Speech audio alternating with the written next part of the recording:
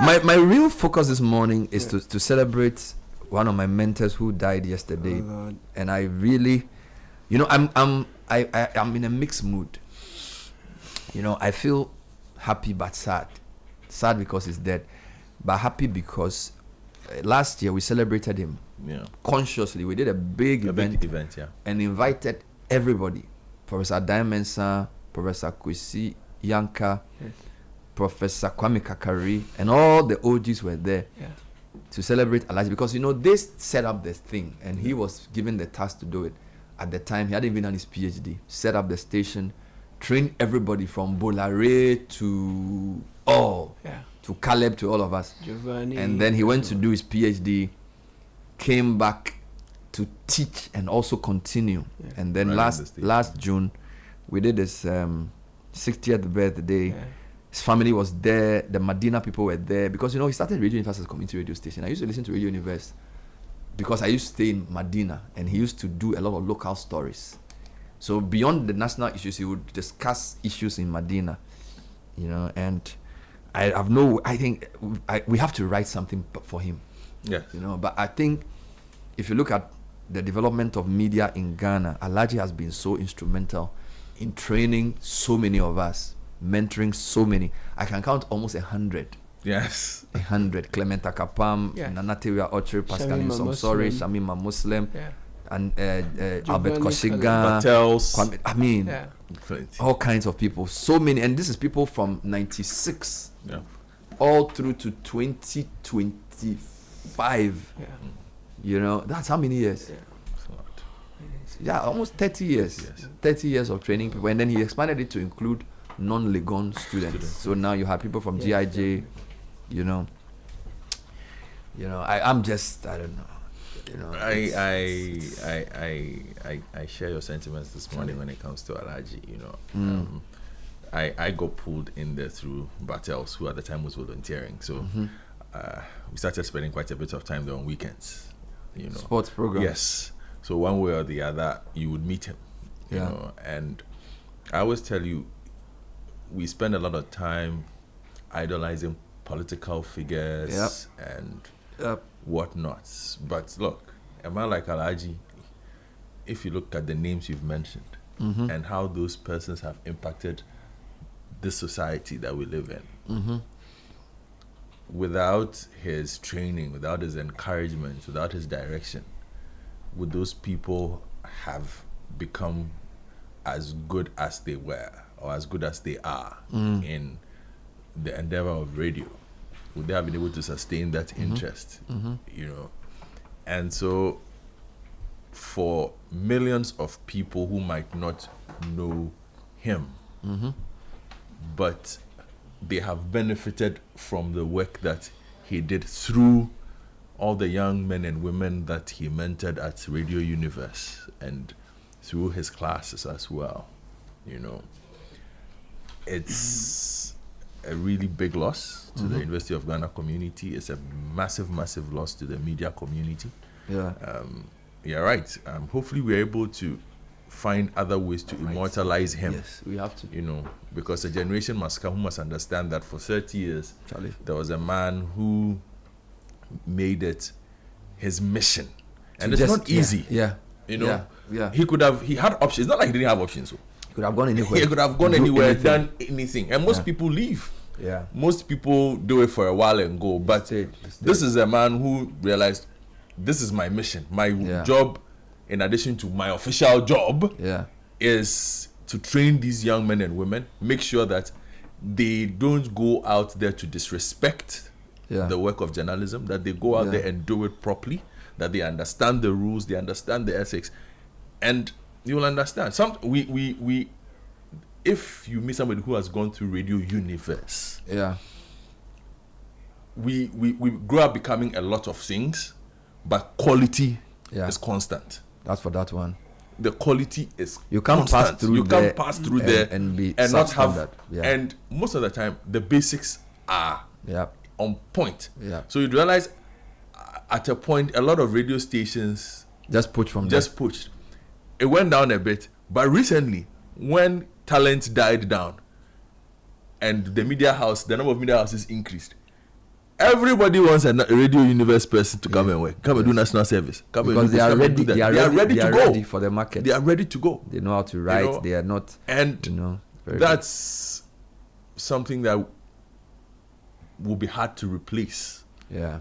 You know. And like I said, people like I'm happy that the evidence of his work lives on through largely all of you. All of us. You know. All of us. Caleb is here, you're here, I'm here to an extent. You are by proxy. I'm by proxy, you know, but those of you who are directly impacted. Charlie. Every time somebody listens to you, every time somebody listens to Caleb, they should remember Alhaji. Yeah. And the work that he did and the time that he invested in making sure that these people would sound the way they sound. Yeah. I'm telling you. He will listen to your show and give you feedback. He will. And even the way you pronounce words. Exactly. He was always cherished listeners. This is the voice of Lagos. Well, cherished. My name is Abubakar Siddiq Radio Ahmed. Univers. You know, he was almost caressing the mic, you know.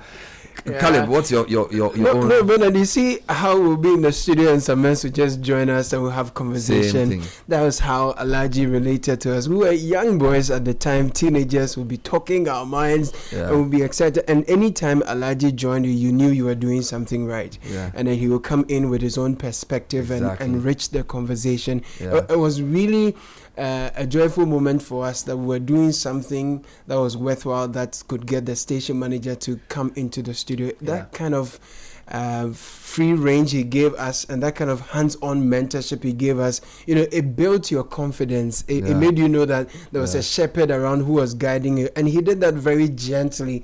You know, he will correct you in a manner that won't break you. You know, and a lot of us went there really raw, just ambitious, and you come out and you see the transformation. And sometimes when you grow in the business a bit and you have newer volunteers come and you are getting restless, you're trying to teach them something they're not getting it, you always remember Alhaji will tell you, no, calm down, this is how you also started. So he always gave you a long room to grow, and that helps you. But of course, his insistence on quality was uncompromising. So there are times that the news won't go at all because someone got something really wrong, and he would or sometimes he would take the script and read it himself because the newscaster was just fumbling or getting things wrong. I'm happy that in his last days we were able to show him how much he meant to us, and you'll be surprised to know that even as he returned and his health was failing and all, he still had very big ambitions for the station. Oh yes, in terms of adding a television to it. By the time we were leaving, he had brought drawings. You know, yes, and there was a foreigner he had brought to town from Witwatersrand to come train the journalists in photojournalism. So by the time we were leaving, our juniors practically felt how to film.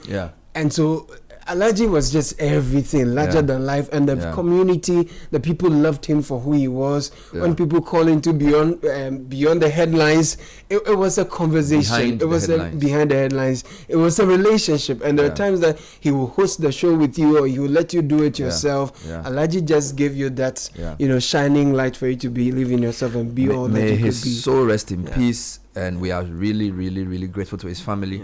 Because I always say his family lent him to us. If you think about the type of dedication you need to mentor 30 years of young people, it must have come at a very big price for his immediate family. And so even as they did the burial yesterday, our hearts go out to them. We want to thank them. Also the University of Ghana community, Professor Diamensa, Professor Kwesi Yanka, Professor Kwame Kakari, and all those big mentors of his who also supported him in the difficult times.